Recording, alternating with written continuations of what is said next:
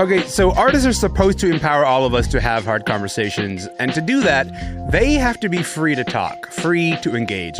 Today on the podcast, it's hard not to notice that taking a pro-Palestinian position has cost artists a lot. You'll hear about the chill in the art world when it comes to talking about the war.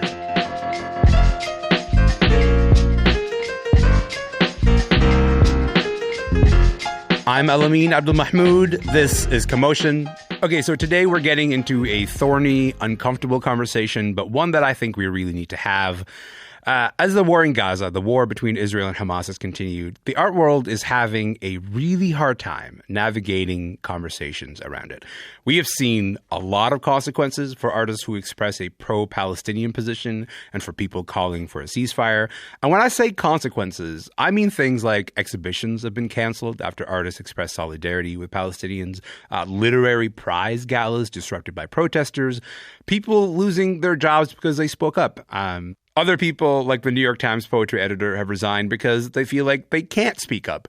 Listen, I could go on, but what I'm trying to get at here is that there is a chill. Okay, so this morning on the podcast, we have four people who are spending a lot of time with all of this.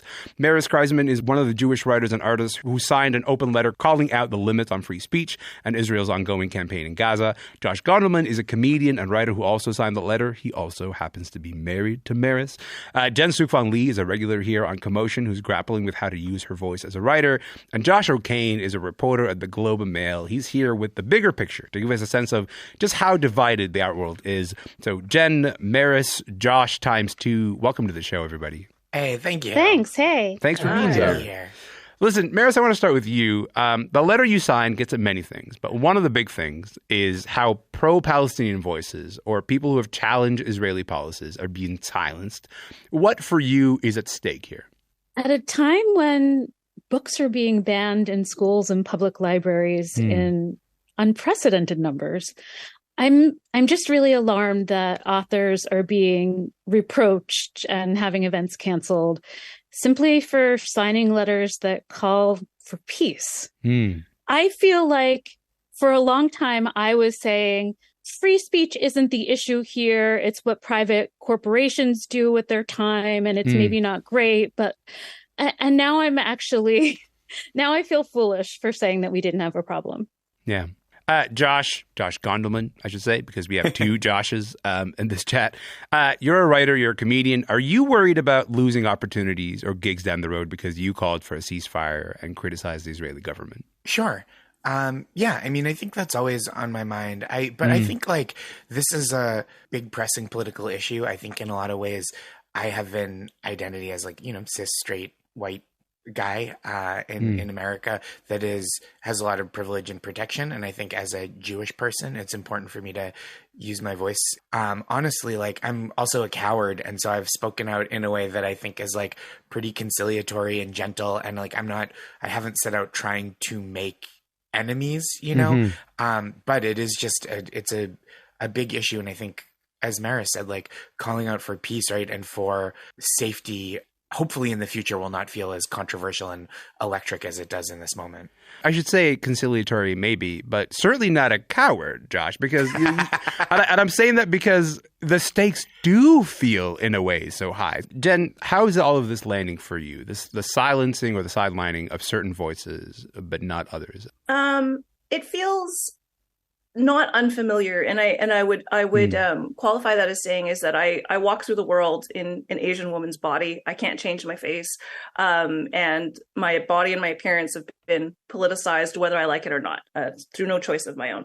And the one thing I've discovered over being sort of like a more sort of political author who says things publicly is that the person that I am really offends people when I have political opinions or any kind of opinions at all.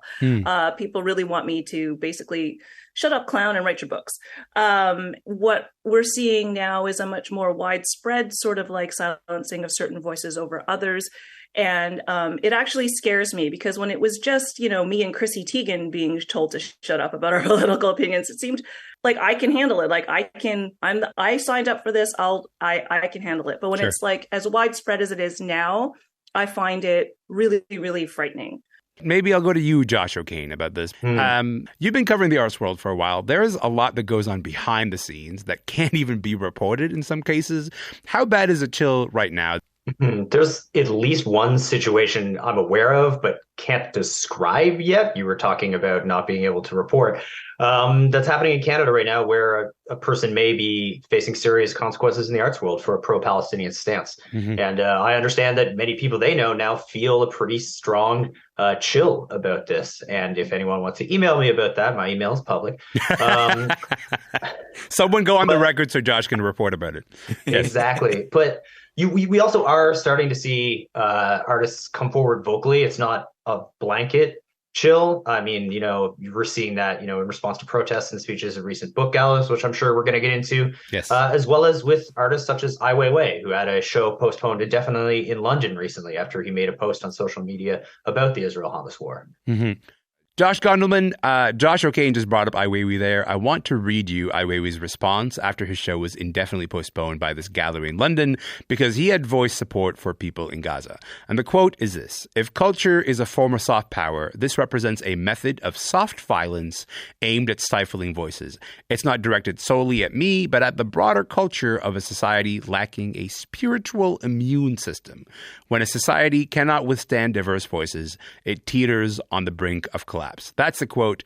Josh, when you hear that, how does that land with you? I think that's like a really beautiful sentiment and really powerful. And especially, I think it's been very, as Josh, Josh Prime was saying. Josh O'Kane, yes.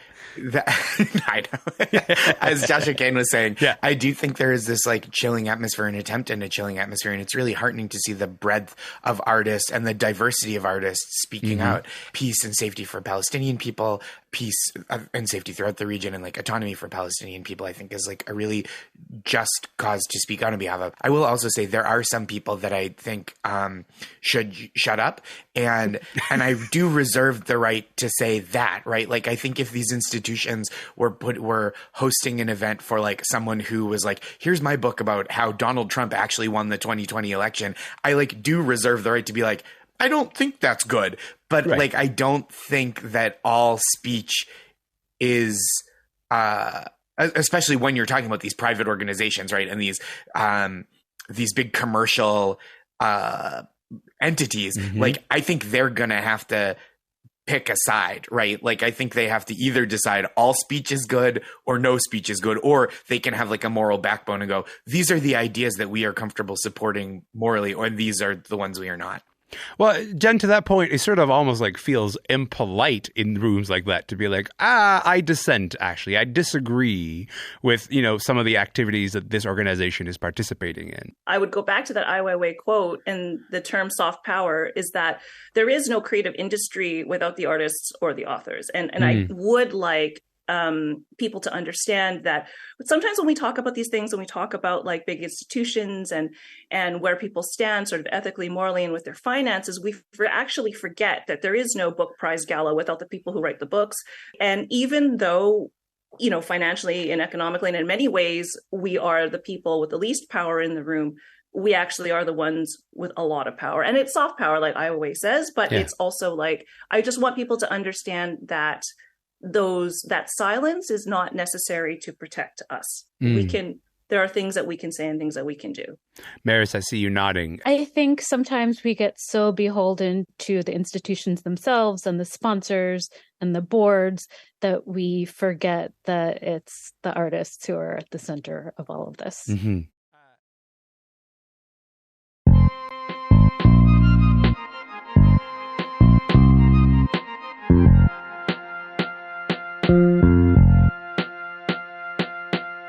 My name is Elamin Abdelmahmoud. This is Commotion. And today on the podcast, we're talking about how the war in Gaza is dividing the art world and creating a chill for people who voice their criticism of Israel right now. My guests today are Maris Kreizman, Josh Gondelman, Jen Sookfong Lee, and Josh O'Kane.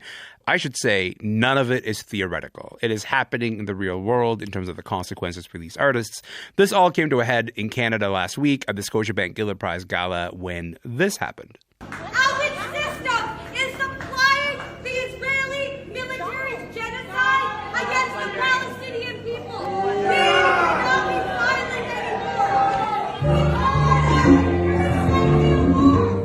Okay, I cannot describe to you the awkwardness of needing to cut to music in order to drown out the protesters. You just heard one of them at last week's Gillers. Look, in that clip, they use the word genocide. I have to acknowledge that that is a controversial term.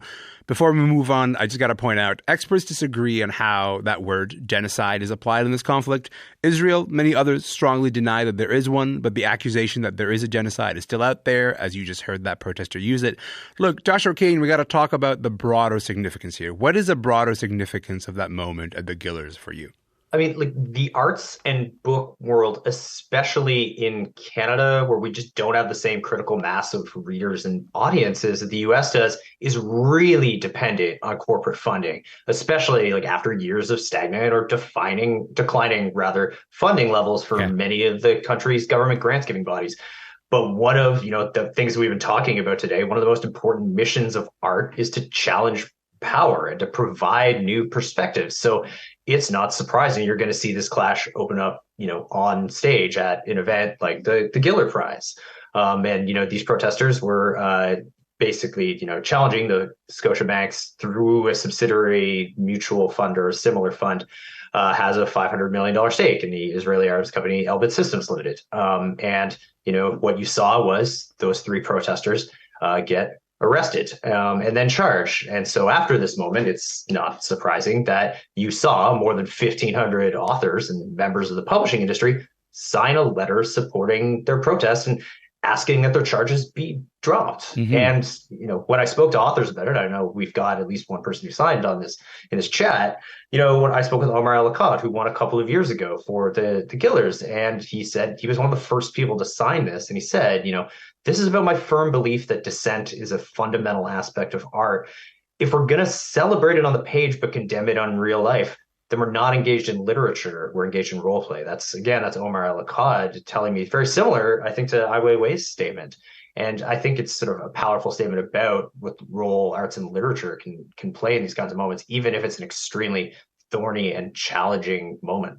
Jen, Josh just mentioned that more than 1,000 writers have signed this letter asking for charges against the protesters to be dropped. You are one of those over 1,000 writers who've signed the letter. What kind of risk is there to you, or what kind of blowback or consequences are you afraid of? Well, I will probably never win the Giller Prize at this point, which is fine because I've never been shortlisted for the Giller Prize anyway. It was never going to happen. I do think, though, that when you're looking at, and this is something I was explaining to my partner, well, the Giller Prize is not just an island unto itself. The Giller Prize, the people who organize the Giller Prize also organize a lot of charity events, a lot of literary events across the country. The people who are funding it also fund other things. So it's not just that one thing. And when somebody wins the Giller Prize, it's not just about winning that prize. It's also setting yourself up for a career for life. You will likely never not have a publishing contract again. And so when I was signing it, I did have a moment of, what are the people who have the money or the power in this situation? What are they going to think if I sign it? And then I thought, I don't care, honestly, because at the end of the day, I felt like when those protesters came into the Giller Prize, they had a good point. They were protesting something that needed to be protested. And where else would you do it except a place where there are a lot of eyeballs watching the show? And it makes total sense to me from an activist point of view. I do not think that they needed to be arrested. I don't think any of that needed to happen. And I also thought, if I got hit by a bus tomorrow, would I be proud or regretful that I signed that letter? I would be proud that I signed the letter. And then that was enough for me. Maris, Josh, we can't have this conversation without underscoring the moment that we're in right now, right? There are families and friends whose loved ones are still held hostage by Hamas. And then there's a very real explosion of anti-Semitism that we're seeing, and the very real fear that so many Jewish people are experiencing right now. In terms of anti-Semitism, I have a story, which is that a family member texted me and Josh to warn us that a Free Palestine rally was being held at the Brooklyn Museum. And so therefore, Brooklyn was going to be unsafe for Jews. And I had to say, that's not how this works at all. There will be Jews at that rally. We are not afraid of progressives. We are afraid of white nationalists. Josh, what about you? How do you read that fear? Yeah, I mean, I think that it is possible and necessary, right, to have compassion for Jewish people in addition to Palestinians, right? But I think like what is ultimately going to make the world safer is like an increase in solidarity, an increased push towards peace, the solidarity that Maris was talking about, right? I really think that thinking about whose solidarity is meaningful and how are we keeping each other safe, and who are you aligning yourself with, maybe that is like leading you like lambs to slaughter in their dreams, like so I think that like really being mindful of that and making sure that like just because someone is pro-Israel doesn't mean that they believe in safety for Jewish people, and just because someone has expressed solidarity with the Palestinian people doesn't mean at all that they are opposed or feel malice towards Jewish people. Maris, I should say, we were talking about the Giller Prize. You were at the National Book Awards last week, where all the finalists got on stage, and they all got on stage to call for a ceasefire, and then they also said this. We oppose anti-Semitism and anti-Palestinian sentiment and Islamophobia equally, accepting the human dignity of all parties, knowing that further bloodshed does nothing to secure lasting peace in the region. Thank you. That is the writer Ali Bilal. She's speaking after one of the award sponsors pulled out, I should say, preemptively, fearing that someone might get on stage and say something like that, I guess, or worse. Look, as I mentioned, Maris, you were in the room. How does this sit with you now? It's been a few days since then. I found it to be truly the most hopeful and beautiful part of the night, and also absolutely harmless. And so for a sponsor to fear that some of the best authors of the year might have something to say about the current state of the world, and fear that it would devolve into hate speech or bullying, I think that's anti-intellectual and cowardly. I like that you didn't mince words there, because this is the thing that we are maybe trying to ask of art institutions all the time, is trying to say, if you see yourself as a custodian of the arts, if you see yourself as a champion of the ability for artists to speak, then at what point do you begin to impose limits on that? And when those limits are imposed, in whose favor are those limits being imposed? To that end, Josh O'Kane, here's a really easy question for you. Listen, 6 weeks into the war, I'm not sure if cultural institutions are becoming any better at grappling with all of these things, but it's not like they are babies. They are, in fact, specifically in the business of fostering these conversations. What do you think they're learning? How do you think they're handling this? As you pointed out, we're seeing a growing tide of artists who are willing to take the risk that comes with speaking their mind about how they feel about the situation. But especially here in Canada, where there's a real culture among institutions in general, not just in the arts, of avoiding anything that might court controversy. Sure. It's hard to tell if anyone is learning anything. I mean, like, take a look at the Royal Ontario Museum, which tried to make changes a few weeks ago to a traveling exhibit about death rights and mourning by removing, among other things, the word Palestine from an exhibit of Islamic burial traditions. Like, the artists accused the museum of censorship and staged an 18-hour sit-in. And only after that did the museum agree to restore the exhibit, after the controversy had been courted deliberately by the artists to talk about how important this was to them. Yeah. Jen, no one thinks to themselves, oh, Netanyahu is going to change his mind because artists are calling for a ceasefire, right? Like, Scotiabank probably is not going to scrap a $500 million investment in a weapons manufacturer because writers said so. I don't want to frame this in the frame of futility. I don't think that's useful. But why look at those odds and go, I'm going to do it anyway? If I was somebody who was like an uplifting person, like if I were Michelle Obama, yes, I would say that the futility doesn't matter. That what matters is each step forward and each voice making a step forward together, individually, as a collective, all of those things. And then things might change. I am not Michelle Obama. I'm Jen Sookfong. So the way I look at it is that, I've spent a lot of time. I've been publishing for like I don't know, 20 years. And I've spent a lot of time thinking about like the course of my career. What does it mean? Like, is it actually about the books, or is it actually about communicating and like living the things that I really believe in? And when at the end of the day, if I'm going to look back on my life, I want to be able to be proud of what I've said, what I've written, and what I believe in. And that's, to me, a personal reward in this situation, is that I'm happy with what I've said. I believe it. And I feel like if everybody made those decisions like that, then actually things might change. And then at the end of the day, I do kind of sound like Michelle Obama, but I didn't mean to. I feel a little bit uplifted. Maris, same question to you. In the face of what could be perceived as futility in all of this, why do it anyway? Well, one of the main lessons I learned in all of my years at Hebrew school about the Holocaust is that it is a Jewish principle that we are meant to speak up when we see injustice. So it would feel entirely not right to not do it now. I'm so grateful for all of you for being willing to have this conversation. I have to say, Maris, Josh, Jen, if people were willing to speak like you guys are willing to speak, then maybe Josh O'Kane could actually finally write the story that he's trying to write about this really significant art institution and this big thing that happened that no one is able to report on because no one is willing to speak. Josh, that must be frustrating, hey? That's the nature of doing journalism. But hey, again, my email address is public. The 15 of you I emailed last week who haven't responded are welcome to get back to me. So I hope that is the case. I hope that is the good that comes out of this. In the meantime, both Joshes, Jen and Maris, thank you so much for your time. Thank you. Thanks for having us. Thank you. Maris Kreizman and Josh Gondelman are two of the Jewish writers and artists who signed an open letter calling out the limits on free speech and the war in Gaza. Jen Sookfong Lee is a writer and a regular here on Commotion, and Josh O'Kane is a reporter at the Globe and Mail. Listen, earlier you might have heard us talking about the artist Ai Weiwei, whose exhibit at the Lisson Gallery in London was indefinitely postponed. Ai Weiwei ended up deleting his tweet.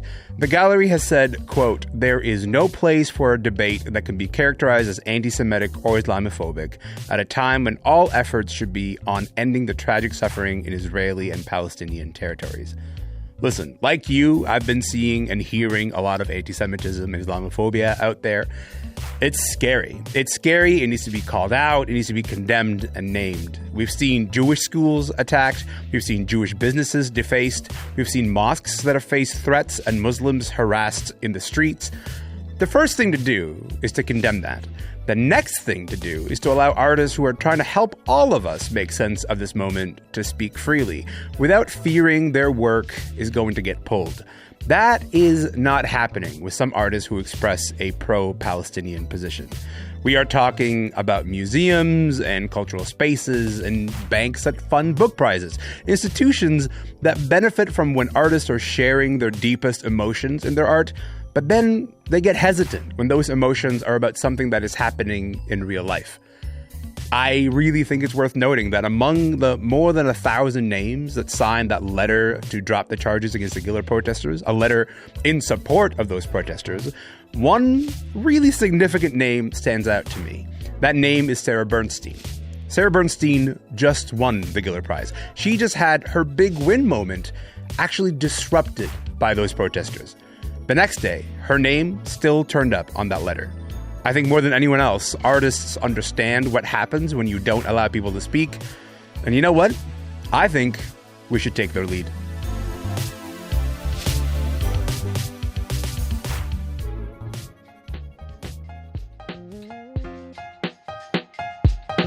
That is it for the podcast today. Listen, tomorrow, a really big conversation. We're going to be talking about the 20th anniversary of a significant album. And that album is Outkast's The Speaker Box, The Love Below. We're going to talk about it. We're going to talk about Outkast's legacy. We're going to talk about the new solo album from Andre 3000. It is all flutes. There's a lot going on there. So that is on tomorrow's podcast. Remember, you can listen to any episode of Commotion anytime you like, wherever you get your podcasts. If you got a couple minutes to spare, it would do us a great service if you go to Instagram and follow us on Instagram. We are at Commotion CBC. My name is Elamin Abdelmahmoud. Thank you so much for being with us in this part of the conversation today. I think we're going to return to this topic, but in the meantime, I appreciate you lending us your ear. Listen, I'm going to be here tomorrow. If you're going to be here tomorrow, I'll see you then.